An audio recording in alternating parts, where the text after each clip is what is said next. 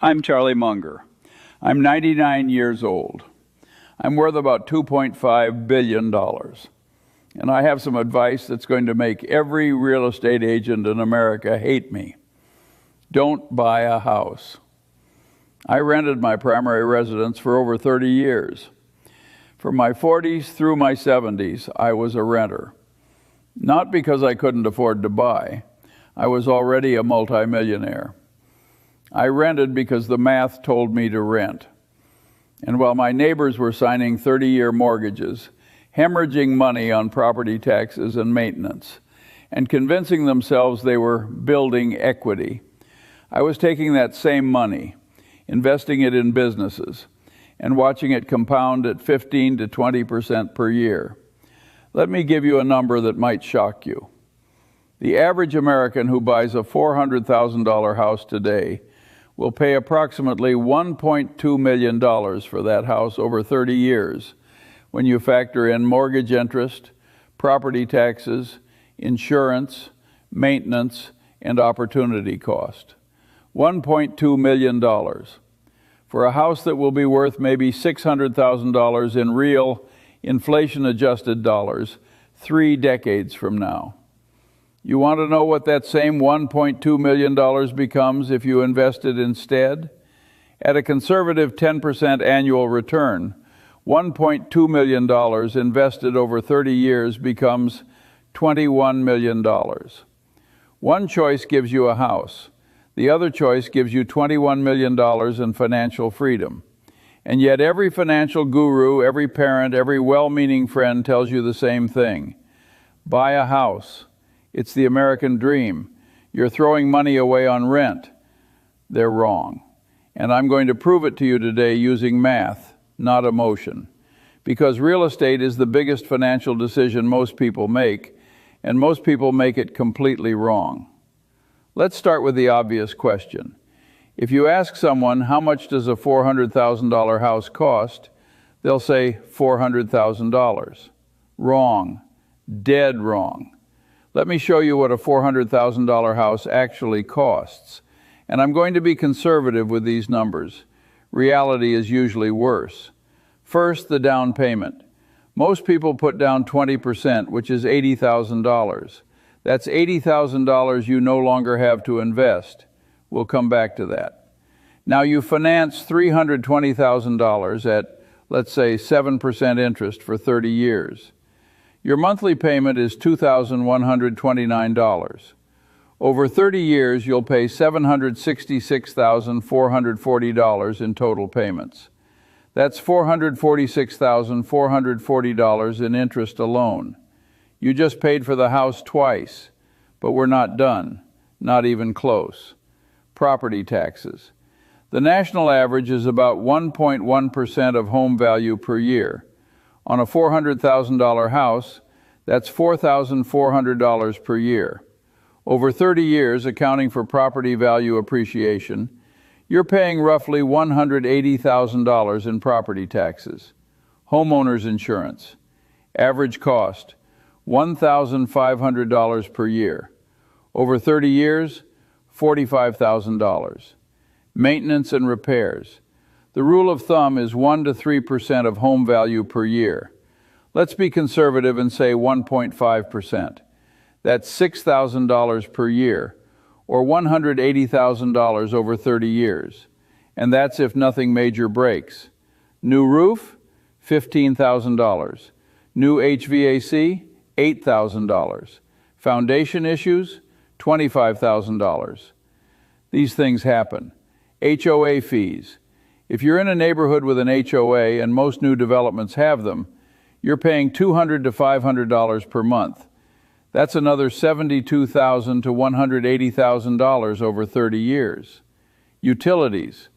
Homeowners pay more than renters because houses are bigger. Figure an extra $100 to $200 per month. That's $36,000 to $72,000 over 30 years. HOA fees. If you're in a neighborhood with an HOA, and most new developments have them, you're paying $200 to $500 per month. That's another $72,000 to $180,000 over 30 years. Utilities. Homeowners pay more than renters because houses are bigger. Figure an extra $100 to $200 per month. That's $36,000 to $72,000 over 30 years. Closing costs. You paid 2 to 5% to buy the house. On $400,000, that's $8,000 to $20,000. Then when you sell, you'll pay 6% in realtor commissions. If the house is worth $600,000 when you sell, that's $36,000 gone.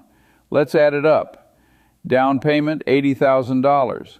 Mortgage payments, $766,440. Property taxes, $180,000.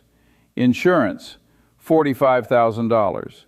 Maintenance, $180,000. HOA fees, $100,000, mid-range. Extra utilities, $50,000. Closing costs plus selling commission, $50,000.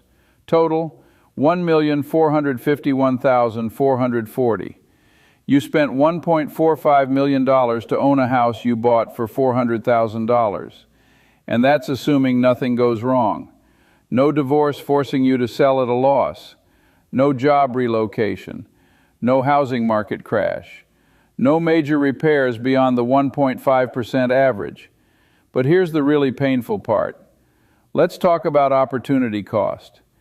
That $80,000 down payment, what if you'd invested it instead? At 10% annual returns, $80,000 becomes $1.4 million in 30 years. The difference between your $2,129 mortgage payment and what you'd pay in rent, let's say $1,500 per month, is $629.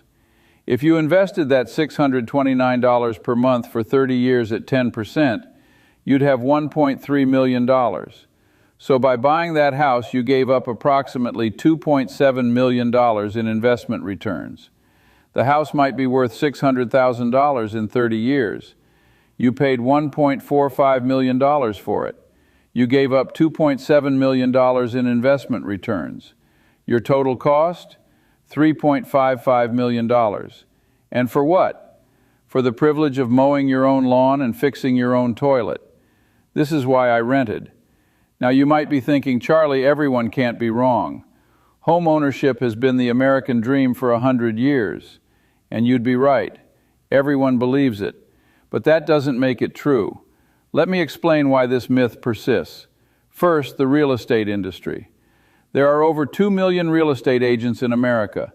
Their job is to sell houses, not to make you wealthy, to sell houses. They make 6% commission when you buy and 6% when you sell.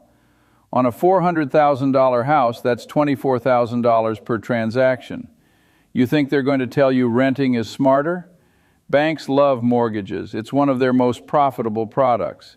You're paying them $446,000 in interest over 30 years. They're not going to run ads saying, rent and invest instead. The government subsidizes home ownership through mortgage interest deductions. Why? Because the construction industry is huge, and homeowners vote, and politicians need both. It's not about what's best for you financially. It's about what's best for the economy and their re-election campaigns. Your parents and grandparents got lucky. They bought houses in the 1960s and 70s when homes cost 2 to 3 times annual income. Today, homes cost 6 to 10 times annual income. The math that worked for them doesn't work for you. But they don't realize that, so they give you advice based on a world that no longer exists. There's also psychological bias. People who bought houses need to believe it was a good decision. It's called post-purchase rationalization. They'll find any reason to justify it. But I'm building equity. At least I'm not throwing money away on rent. These are emotional arguments, not financial ones. And here's the biggest reason the myth persists. People confuse net worth with wealth.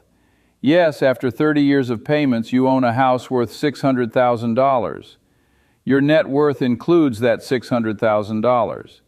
But can you spend it? No, not unless you sell the house. And where will you live then? You'll have to buy another house or rent. Real wealth is liquid assets that generate income.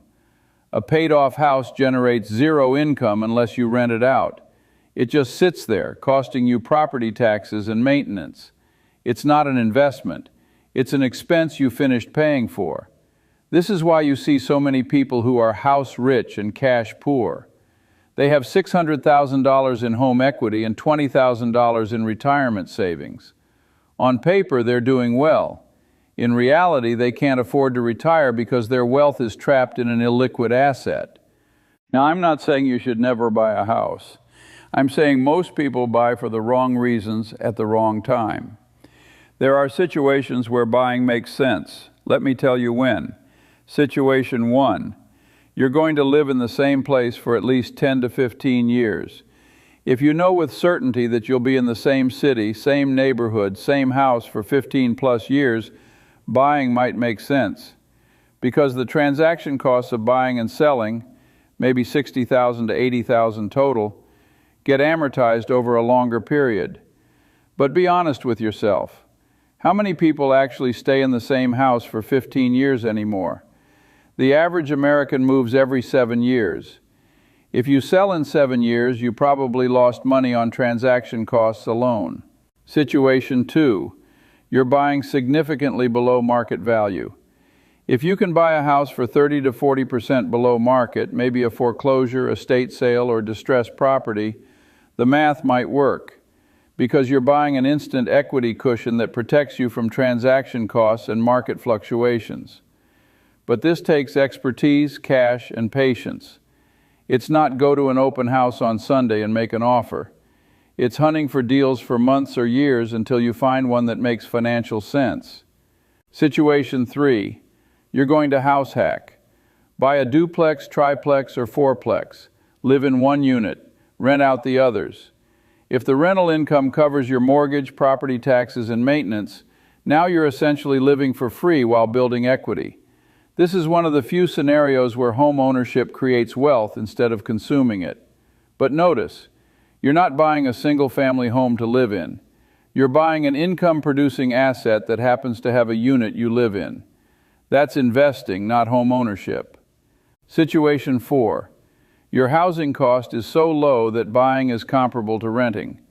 In some markets, usually small towns or rural areas, houses are cheap relative to incomes.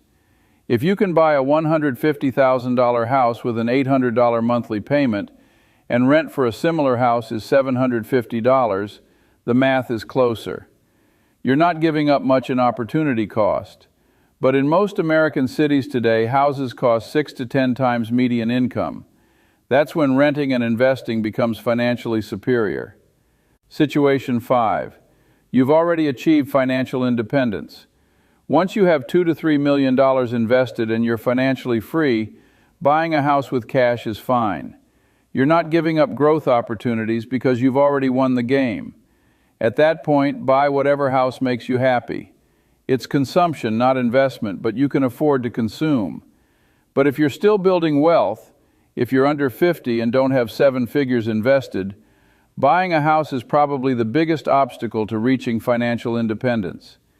Here's the question you need to ask yourself. Do I want to own a house, or do I want to be wealthy? Because for most people under age 50, in most markets you have to choose one. The math doesn't allow both. If you choose the house, you'll spend your prime earning and investing years making mortgage payments, paying property taxes, and fixing broken appliances. You'll reach 65 with a paid-off house worth $600,000 and maybe $100,000 in retirement savings. You'll be house rich and cash poor. And you'll have to work until you're 70 because you can't afford to retire.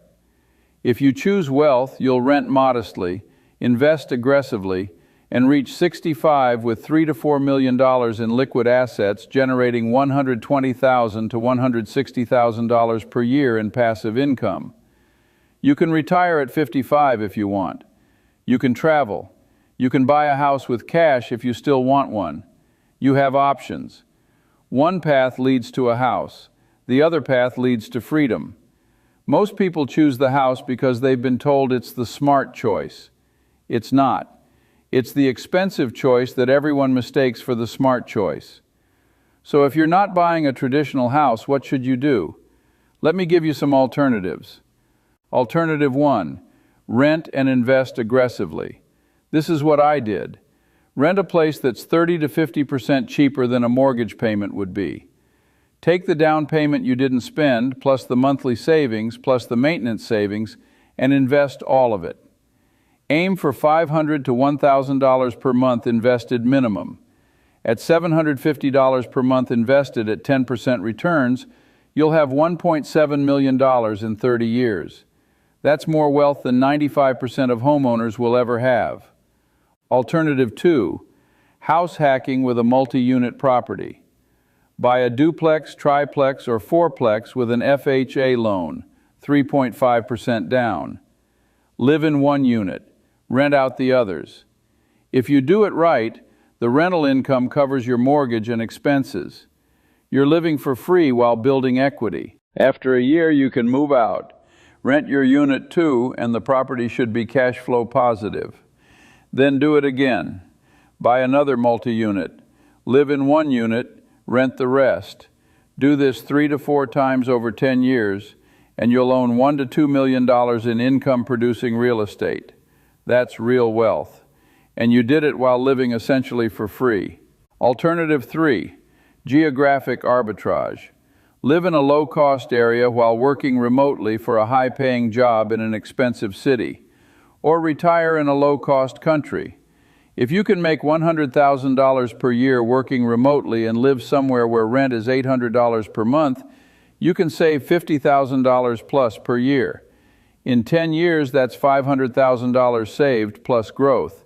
By age 45 to 50, you're financially independent. Compare that to making $100,000 in San Francisco, paying $3,000 in rent, and saving maybe $10,000 per year. That's the difference between retiring at 50 and working until 70. Alternative 4, REITs, real estate investment trusts. Want real estate exposure without the hassles of ownership? Buy REITs. You get real estate returns, monthly dividends, and complete liquidity. No toilets to fix, no property taxes, no tenant drama.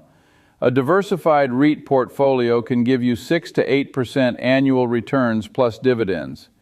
It's real estate investment without the time and money drain of actual ownership. Alternative 5, buy land, not structures. Structures depreciate and require maintenance. Land appreciates and requires nothing. If you must buy real estate, buy raw land in the path of growth. Hold it for 10 to 20 years. Sell when developers come knocking. I've made millions this way, and I never had to fix a roof or replace a water heater. Alternative 6, start a business instead. That $80,000 down payment could start a business. That $2,000 per month mortgage payment could be business investment capital. Return on a successful business, 20 to 50% annually or more. Would you rather own a house appreciating at 3 to 4% per year, or own a business growing at 20 to 30% per year? Every dollar you put into a house is a dollar you didn't put into a business, and businesses create wealth, houses consume it. Alternative 7, the boring one that works. Just invest in index funds. $500 per month into an S&P 500 index fund for 30 years at 10% returns equals $1.1 million. That's it. That's the whole strategy. Most people won't do it because it's boring. They want to build equity and own something tangible. Those are emotional desires, not financial strategies. I'll take the boring $1.1 million over the exciting $600,000 house every single time. The point is this: there are dozens of wealth-building strategies that are better than buying a primary residence. Renting and investing, house hacking, REITs, businesses, index funds, geographic arbitrage. All of them create more wealth with less risk and more flexibility than traditional home ownership. But nobody talks about them because the real estate industry, banks, and the government all profit when you buy a house. They don't profit when you build wealth, so they sell you the dream, and most people buy it, literally. Let me close with a story. I had a neighbor in the 1970s, nice guy, engineer, made about the same income I did at the time. We started around the same place financially.